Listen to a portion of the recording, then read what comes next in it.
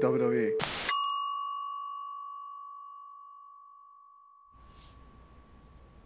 You do know it's fake, right?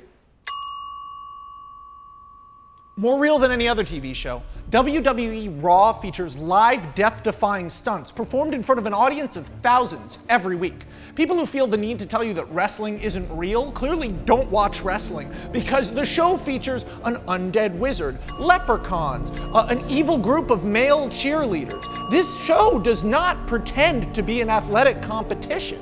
Instead, it's a TV show about a wrestling show. It has more in common with Game of Thrones than it does with UFC. And if you follow one character all the way through, you can see that this format allows the telling of interesting, diverse, and compelling stories. And there is no better place to start than with probably my favorite wrestler, Triple H.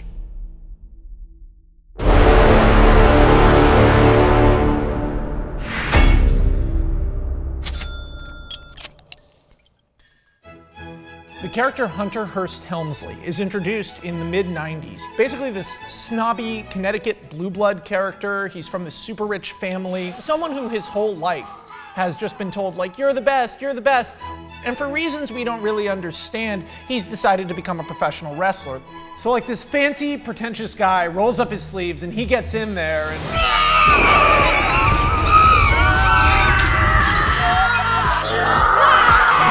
So for a while, Hunter Hearst Helmsley is just getting his ass kicked week in, week out.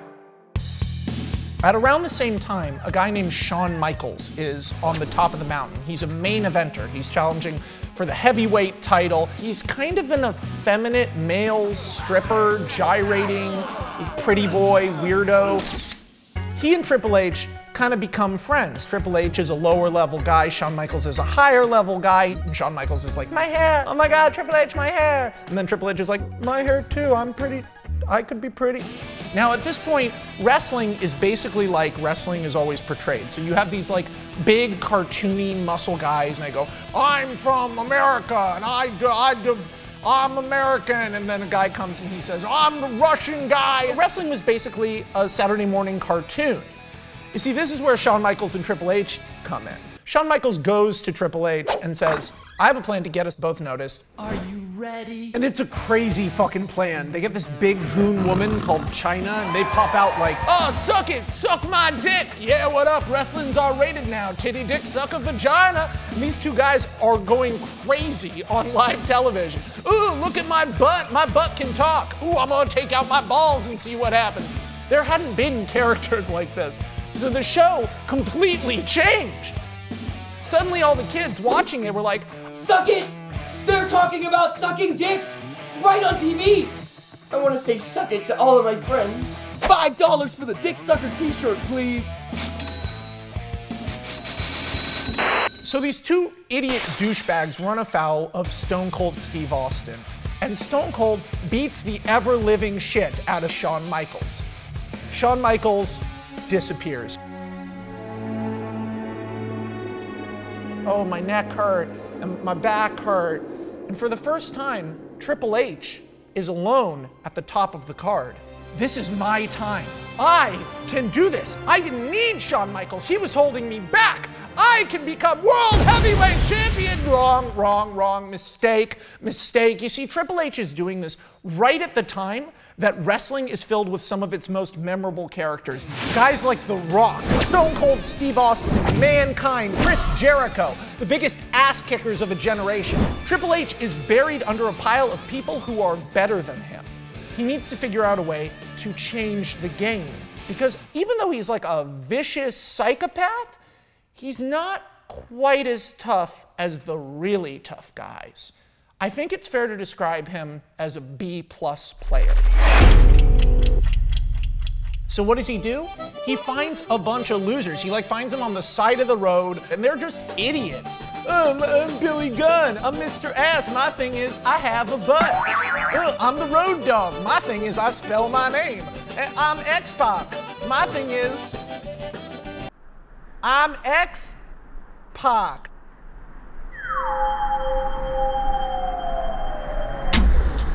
Triple H is like, great, you guys seem great. In fact, why don't you all be in D-Generation X with me? The guys are like, titty, dick, sucker, vagina, we love D-Generation X. Triple H is like, yeah, you're my bodyguards now. He builds an army. He's turned what was a friggin' movement in wrestling into a group of stormtroopers who he pushes in front of him whenever a real fight comes around. But having an army isn't enough. To really secure a kingdom, you have to get the princess. So he gets Stephanie McMahon, the daughter of the owner of the company, kidnaps her, drugs her, and marries her while she's passed out. How do you marry someone without their consent? Shouldn't he go to jail for kidnapping a woman and drugging her? These are questions that you don't have to ask, because wrestling isn't real. Triple H repeatedly wins the title off guys who could kick his ass. The thing is, whenever people are about to beat him for the title, you've got this group of like putties from Power Rangers and DX shirts jumping on the side of the ring, and if that doesn't work, he'll poke you in the eye or kick you in the balls or bully the referee. And if that doesn't work, Triple H hits you in the face with a sledgehammer.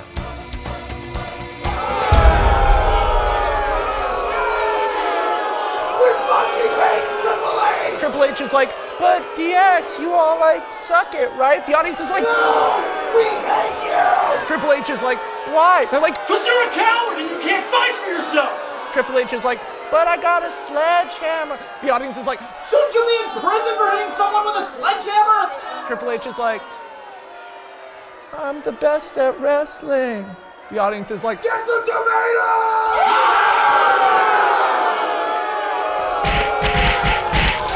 Finally, Triple H is so paranoid about his own guys that he takes them out one by one and allies with Stephanie McMahon. Triple H is like, but I kidnapped you. You love me now? She's like, yeah, man, I've been super evil the whole time, basically. He's like, no way, that's awesome. DX is dead, but Triple H is now a corporate champion at the top of the company. What's important to remember here is that the way this guy originally got power was by saying, fuck you to authority. But he's so scared of losing that title. Now he's got it and he won't let go. In Triple H's mind, this object is everything that he isn't. He wants that power. He wants people to cheer him. He wants them to know he is the best. But he isn't.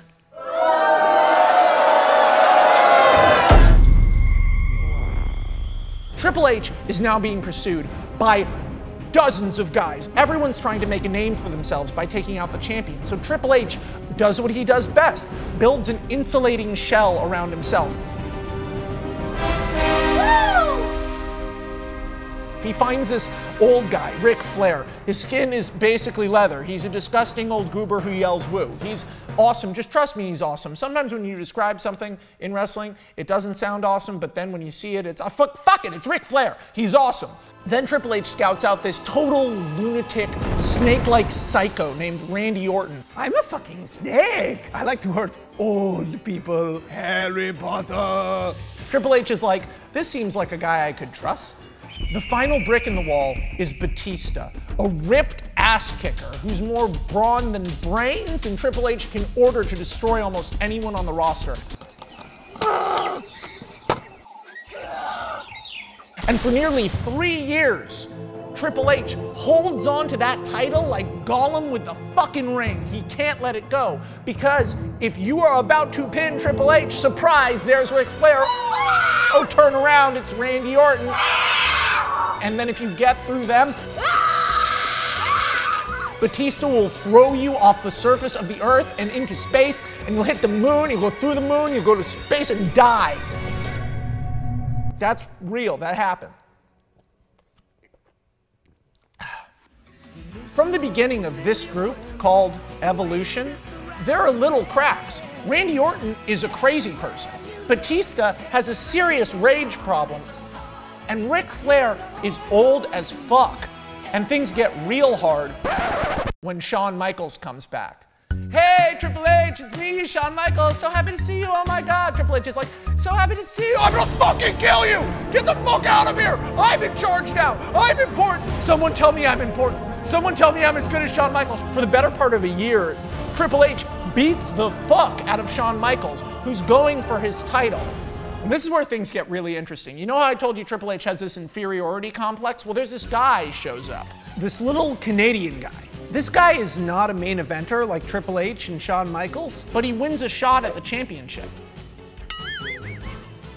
Triple H can't believe this. Ignore him. When the time comes for our big match, Shawn Michaels, it's gonna be you and me. This is destiny. Shawn Michaels is like, I mean, he did win the title shot. Triple H is like, but he's a little guy and we're big and strong. And at WrestleMania, Triple H's obsession with trying to beat Shawn Michaels costs him the title to Chris Benoit. And Triple H, try as he might, can't get the title back. But you know who beats Chris Benoit? Randy Orton.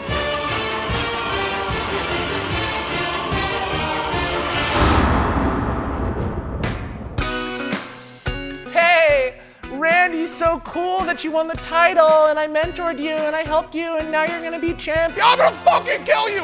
I'm the best, give me that title! Triple H wins the title back from Randy Orton. And it's at about this time that Batista wins a shot for the title.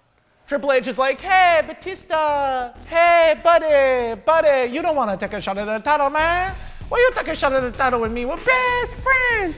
We're such good friends, Batista. Batista's like, you know, I watched this show, and it seems like whenever you are nervous about someone taking the title, you turn on people, you turn on your best friend, you had me beat up Randy Orton.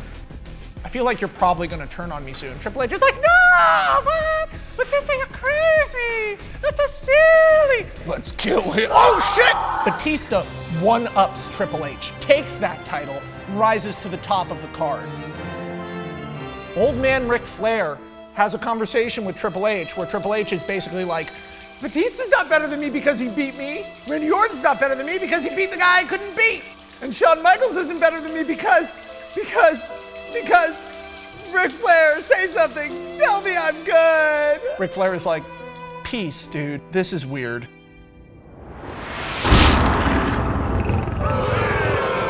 Triple H is like, audience, tell me I'm good.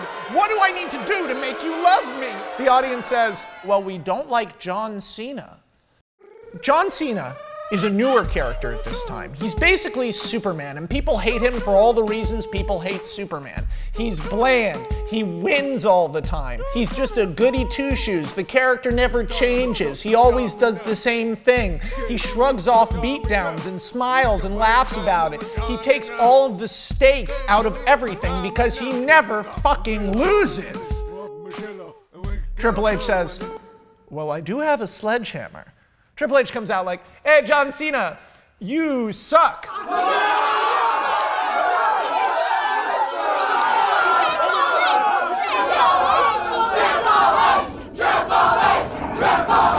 I'm the best, right? Audience, tell me I'm better than Shawn Michaels. They're like, well, beat John Cena, we'll think about it. Triple H goes after Cena and he loses. Then Triple H and Shawn Michaels end up going after Cena at the same time and they both lose. You can't beat Superman.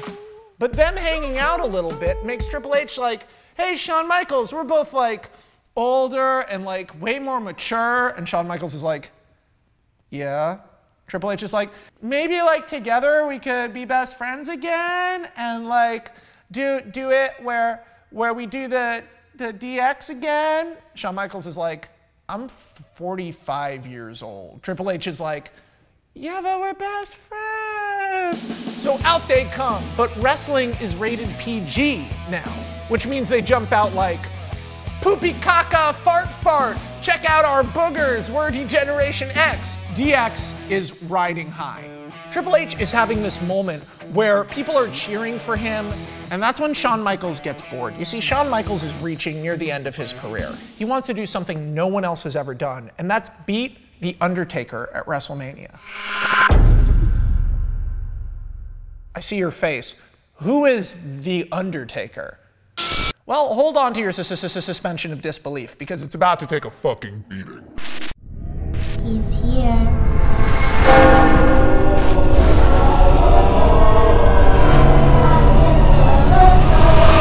I like turtles. The Undertaker is a wizard, a satanic magician, and no, I don't know why he's a wrestler. He was part of this cult when he was a little kid. They sacrificed these 3 little girls. Now he's got this creepy guy, Paul, with him. He has this intense relationship with his demon brother, Kane. It's all pretty fucking insane. And add to that, he commands a cult of hundreds of hooded figures. You know it's fake, right?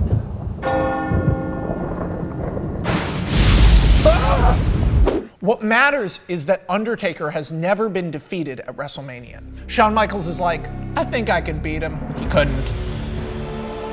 Shawn Michaels is like, damn it, I feel like I could really beat him if I just had one more chance, you know? Undertaker says, hey.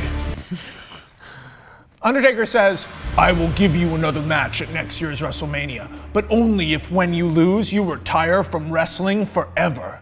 Shawn Michaels is like, I don't know if I should do that. What do you think, Triple H? Triple H is like, no, it would be so terrible if you left and never came back. That would be the worst. Oh my God. You should do it. You should do it. Why don't you do it? Don't be a pussy. You should do it. Do it. Do it, Shawn Michaels. Shawn Michaels is like, okay, sure. So Shawn Michaels loses to The Undertaker, is permanently retired.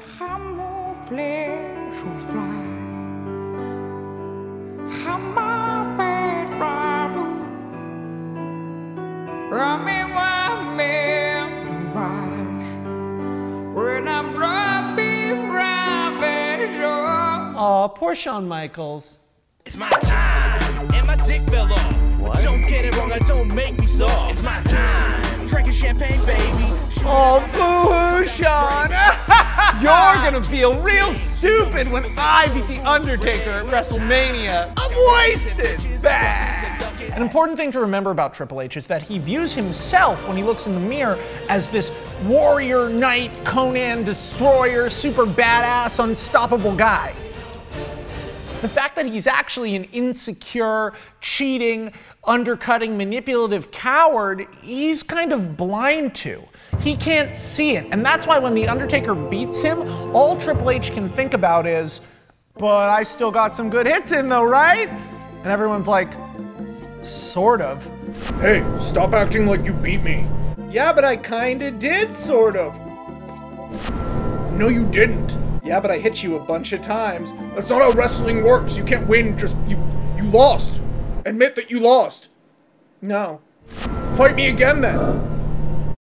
No. You're not as good as Shawn Michaels.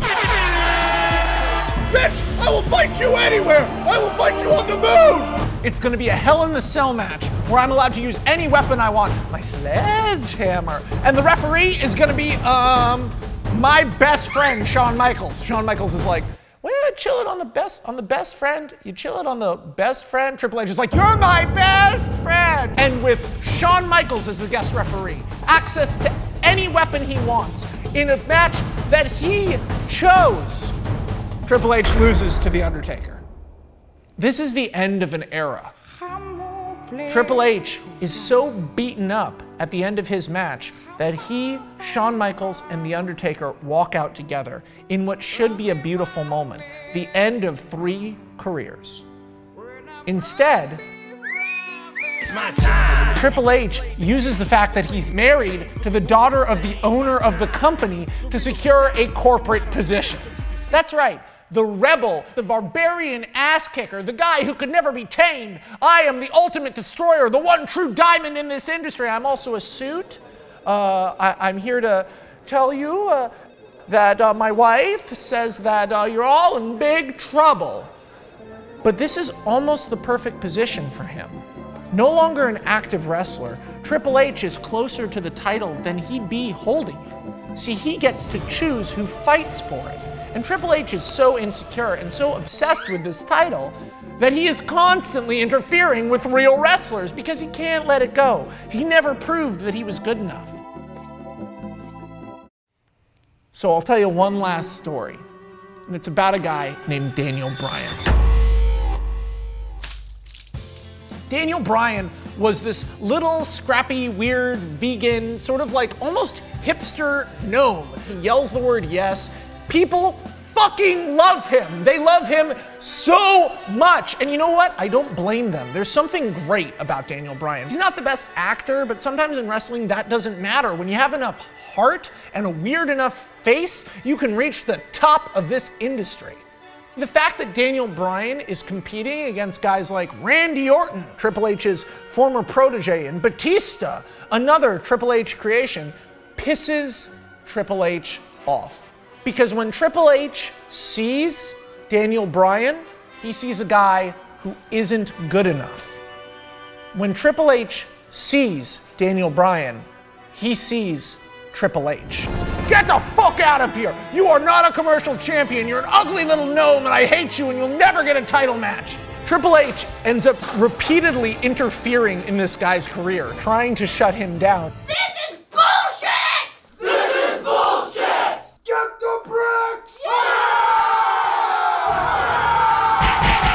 He says, okay, you know what? At WrestleMania right now, the main event is Batista versus Randy Orton. But if you can beat me, the game, the King of Kings, the ass kicker at WrestleMania, Daniel Bryan, you can be in the main event. You'll have to beat the 3 toughest guys in the company in one night. So fuck you. And Daniel Bryan does it. He beats Triple H real easy, then beats Orton and Batista. And an audience of 20,000 people yells, yes, yes, yes, as Triple H responds by crying on the floor. The story goes on. That's the thing about wrestling. It doesn't end. But that's the thing about life, too. And yeah, I left stuff out, but you don't remember everything. Humans crave melodrama. They crave fiction. When you're sitting alone and texting, it's because you're bored. Our imagination is our greatest gift and our greatest curse because we're bored all the time. And that's what fiction does for us. It gives us a sort of simulator for bigger stories and bigger emotions. That's what Lord of the Rings is. That's what Phantom of the Opera is. That's what Goodfellas is. That's everything. It's us watching and feeling, the human capacity for empathy through imagination. That's why we have stories. Triple H is a great character in fiction, told over 2 decades. A snob who had a chip on his shoulder that he could never let go and just wanted to be the best, but never could be that without cheating. Finally selling out to the point that if he can't be the champion, he'll choose the champion.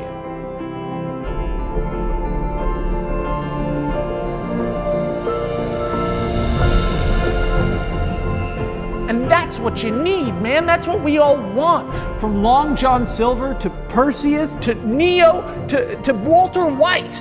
We love watching people grow, change, struggle. Good people, bad people, we don't care. We want to see it, man. We need entertainment and we need it now. And when you watch wrestling, that's what you get. Now don't get me wrong, a lot of wrestling sucks. But when it's good, it's fucking great. Wrestling is melodrama. Wrestling is mythology. Wrestling is action. Wrestling is comic books. The only thing wrestling isn't is wrestling.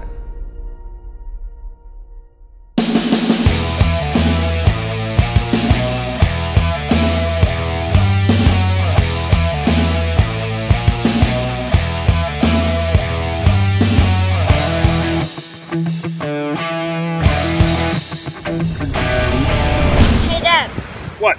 You know wrestling's fake. It's predetermined, son. Max Landis, Goldberg here. You can use that for your video, and I won't come kill you.